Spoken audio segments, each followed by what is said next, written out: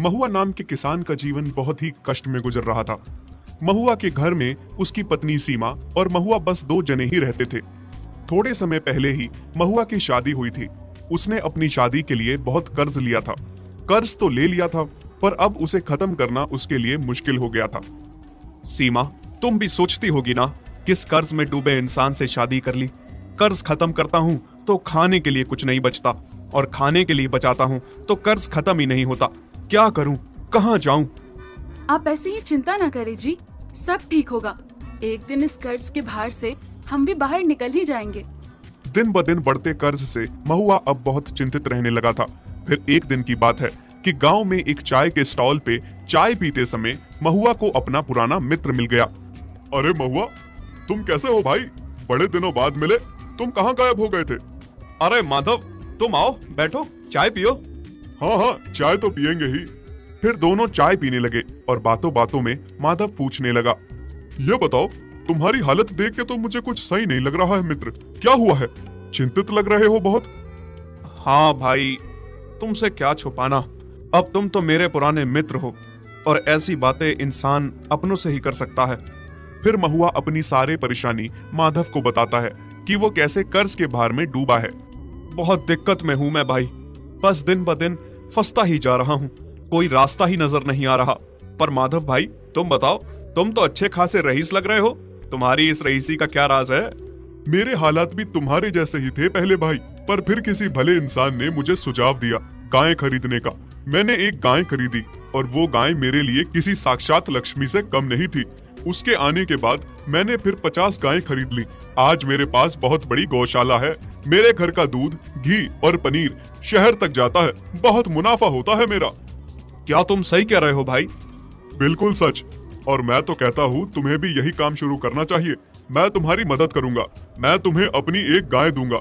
जब तुम्हारा काम चलने लगेगा तो तुम मुझे उस गाय के पैसे दे देना। अब अपने मित्र के लिए मैं इससे ज्यादा और क्या करूं, बोलो? बहुत बहुत धन्यवाद मित्र तुम्हारा, वरना आज के जमाने में कौन किसके लिए इतना करता है। माधव उसी दिन महुआ को अपनी एक गाय दे देता है। अरे, ये किसकी गाय को तुम घर ले आए हो? किसी की गाय नहीं भाग्यवान, अपनी गाय है और इसका नाम गौरा है। अपनी गाय? पर अपनी गाय कहाँ से आई? महुआ सीमा को सारी बात सुनाता है और सीमा बहुत खुश हो जाती है। उसकी खुशी का कोई ठिकाना नहीं था। हमारी अपनी गाय, अब मैं इसे बहुत प्यार से रखूंगी। देखना, धीरे धीरे अब सब ठीक हो जाएगा। महुआ और सीमा बहुत खुश थे कि अब हमारी भी माधव की तरह किस्मत बदलने वाली है। फिर अगली सुबह, सीमा उठो, कितना सोती रहोगी? क्या तुम भूल गई क्या? अब हमारे घर में एक गाय भी है। चलो चलो, जल्दी से उठो, हमें गौरा से दूध निकालने जाना है। हाँ जी, उठ रही हूँ। मैं तो समय से उठ जाऊंगी, बस आप भी जल्दी उठ गए हैं। जैसे ही सीमा और महुआ गौरा से दूध निकालने जाते हैं, गौशाला में उन्होंने जो देखा वो देख के दोनों की आंखें फटी की फटी रह गई। अरे अरे अरे अरे, ये क्या? इतने सारे सोने के सिक्के! हाँ, ये इतने सारे सोने के सिक्के कहाँ से आए? गौरा के सामने सोने के सिक्कों का ढेर लगा हुआ था, जिसे देख के दोनों हैरान रह जाते हैं कि ये सोना आया कहाँ से। सुनिए जी, जल्दी से उठा लीजिए सारा सोना, इससे पहले कोई देख ले। और हाँ, हमें सुनार के पास जाना होगा इन सिक्कों को लेकर, इनकी जांच करवाने कि ये सही में सोने के हैं या नहीं। तुम सही कह रही हो जी। महुआ और सीमा जल्दी से सारे सिक्के उठा लेते हैं और जांच के लिए सुनार के पास जाते हैं, जहां उन्हें पता चलता है कि ये सिक्के सोने के हैं। बस उसके बाद क्या था, दोनों पति पत्नी की तो जैसे किस्मत ही बदल गई। घर में धन आने की वजह से महुआ अब गांव का सबसे अमीर आदमी था। अब उसके पास पैसों की कोई कमी नहीं थी। जो महुआ खुद कल तक कर्ज में डूबा था, आज वही लोगों को ब्याज पे पैसे दे रहा था। एक दिन महुआ की पत्नी उससे कहती है, सुनिए जी, रह रह के एक बात मेरे दिमाग में आती है। क्या बात भाग्यवान? आप जब गौरा को घर लाए थे, आपने कहा था आपके मित्र माधव भैया को भी ऐसी ही गाय मिली थी, साक्षात लक्ष्मी का रूप, जिसके आने के बाद उनकी भी किस्मत बदल गई थी, जैसे आज हमारी बदल गई है। कहीं वो गाय गौरा ही तो नहीं है? हाँ सीमा, मैं भी यही सोच रहा था। माधव ने शायद मुझे वही गाय दी है, पर उसका ये एहसान मैं कैसे चुकाऊंगा, मुझे समझ ही नहीं आता। एक दिन महुआ के दिमाग में ये बात आती है और वो सोचने लगता है कि हमें पता लगाना पड़ेगा कि आखिर गौरा हमें ये सोने के सिक्के देती कैसे है। फिर वो दोनों रात में छुप के गौशाला में देखने लगते हैं।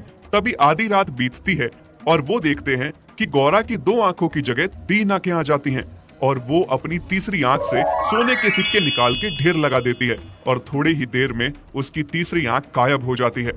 अच्छा, तो ये राज है सोने के सिक्के आने का। गौरा की तीसरी आंख है। सीमा, मैं सोच रहा था जहां हमें गौरा रोज इतने सिक्के देती है, सोचो उस आंख में कितना सोना होगा जिससे वो सोना बाहर निकालती है।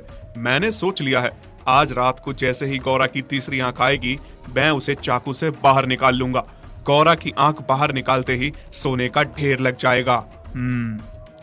पता नहीं क्यों मुझे ये करना सही नहीं लग रहा है। तुम चिंता न करो, सब सही होगा। जैसे ही रात होती है, महुआ और सीमा गौशाला में छुप के बैठ जाते हैं।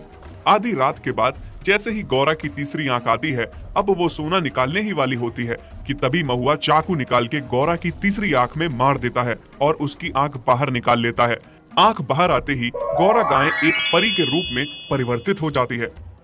धन्यवाद हो आपका, मैं आपकी बहुत बहुत आभारी हूँ। कौन हो तुम? तुम गाय से एक लड़की कैसे बन गई? मैं एक परी हूँ, लंबे समय से एक श्राप में थी। मुझे गाय बनने का श्राप था। मेरा श्राप तभी खत्म होता जब कोई मेरी तीसरी आंख को चाकू मार के बाहर निकालता, और आज आपने मेरी आंख निकाल के मुझे इस श्राप से मुक्त कर दिया। आपने अपने लालच में आके मेरी मुक्ति कर दी, जिसके लिए आपका बहुत बहुत धन्यवाद करती हूँ मैं। ये कह के परी वहाँ से गायब हो जाती है। ये मैंने क्या कर दिया? लालच में आके अपना कितना बड़ा नुकसान कर दिया। नहीं, आप रोइए मत जी, ये सब होना हमारे हाथ में लिखा था। किसी की मुक्ति हुई है हमारे हाथ से, बहुत बड़ा पुण्य का काम हुआ है। और वैसे भी गौरा हमें इतना दे चुकी है कि हम सारी उम्र आराम से खा सकते हैं, और उसने भी तो हमारे लिए इतना कुछ किया है। हम भी उसके बहुत आभारी हैं। हाँ सीमा, शायद। यदि आप ऐसी कहानियाँ और देखना चाहते हैं तो हमारे चैनल को सब्सक्राइब करें और बेल आइकन पर क्लिक करें ताकि हमारी सारी नई वीडियोस आप सबसे पहले देख सकें।